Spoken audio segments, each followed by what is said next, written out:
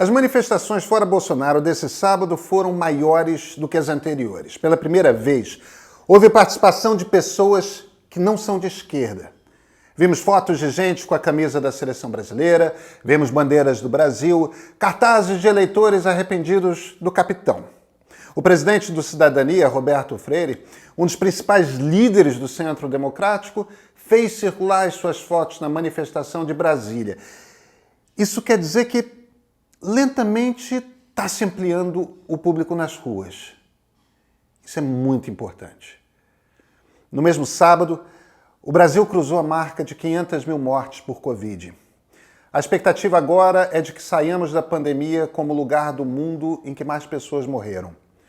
Um número maior do que países que têm mais população, como Estados Unidos, como Índia, China. Estamos a pouco mais de 100 mil mortos de ultrapassar os americanos e liderar o ranking.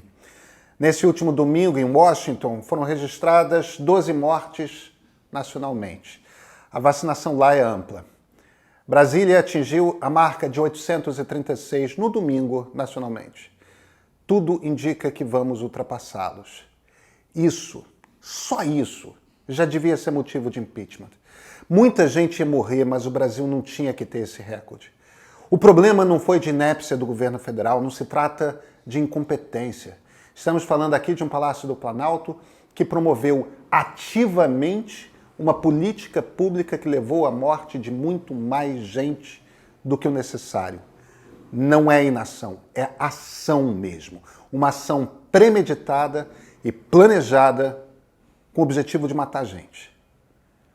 Israel teve um populista autoritário por 12 anos no seu governo e se livrou dele, enfim. Na Hungria, onde Viktor Orbán está há 11 anos no governo, a oposição finalmente se juntou numa frente ampla. Pessoas que discordam profundamente em temas que são muito caros a elas, gente que tem mágoas passadas que são difíceis de transpor.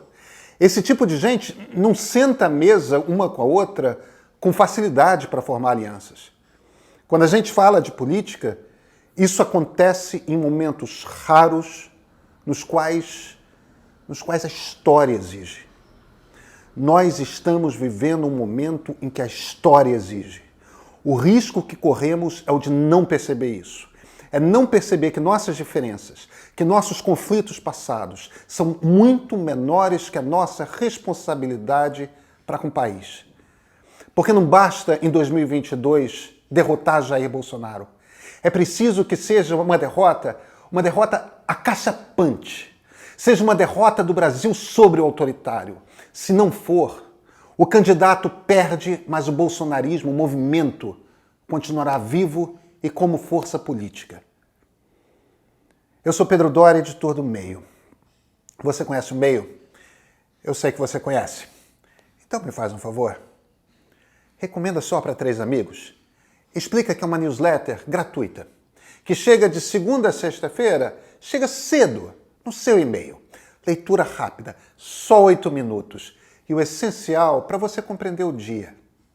Vai, fala para eles assinarem. Esse é o ponto de partida.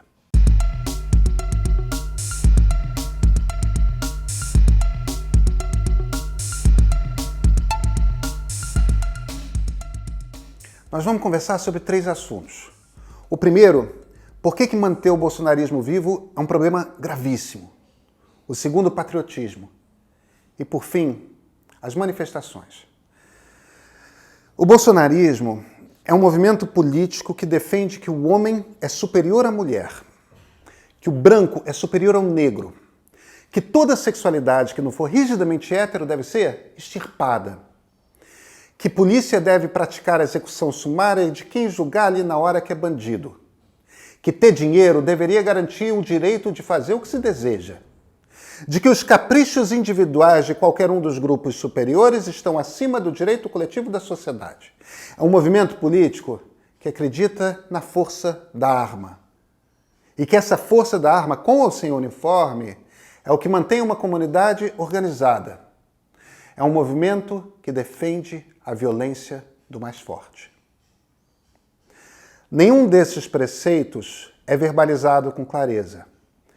Por quê? Porque não dá. Mas some as conclusões de tudo que fala o presidente da República e é disso que se trata. O problema é que não dá para fazer esse argumento. Essas coisas, se ditas com clareza demais, deixam até quem as defende ruborizadas.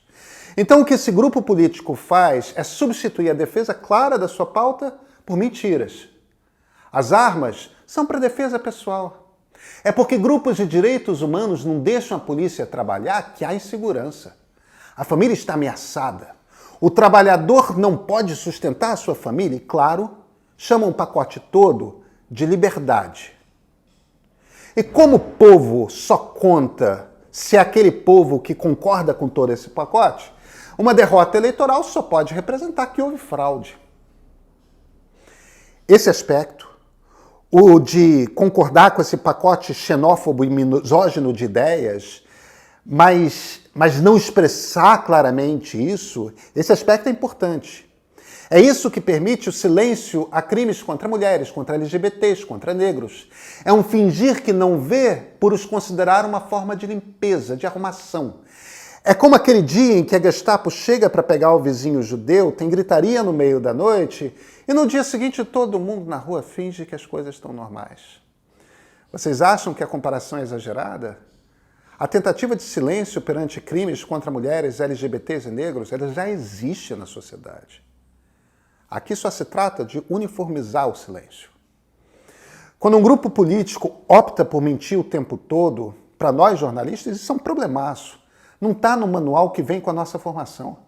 É claro que mentiras aqui e ali sempre aconteceram, mas o princípio do jornalismo é dar voz aos vários grupos que disputam poder no jogo democrático. Se um usa por estratégia a mentira sempre, dá curto-circuito. Como é que você dá voz para esse grupo? Como é que você nega espaço ao presidente da República?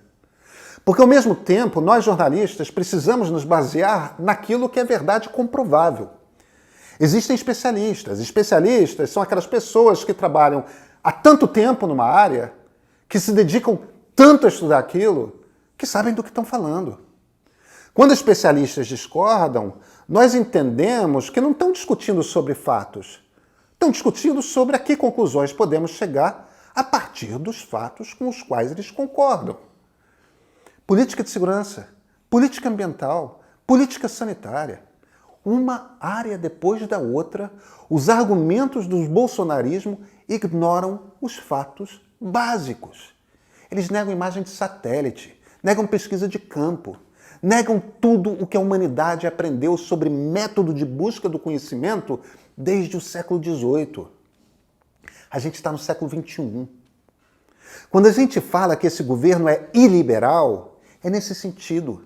É um governo que vai contra o iluminismo, contra o conhecimento. É iliberal porque é contra a democracia liberal. Não é à toa que é antidemocrático, porque é a mesma coisa.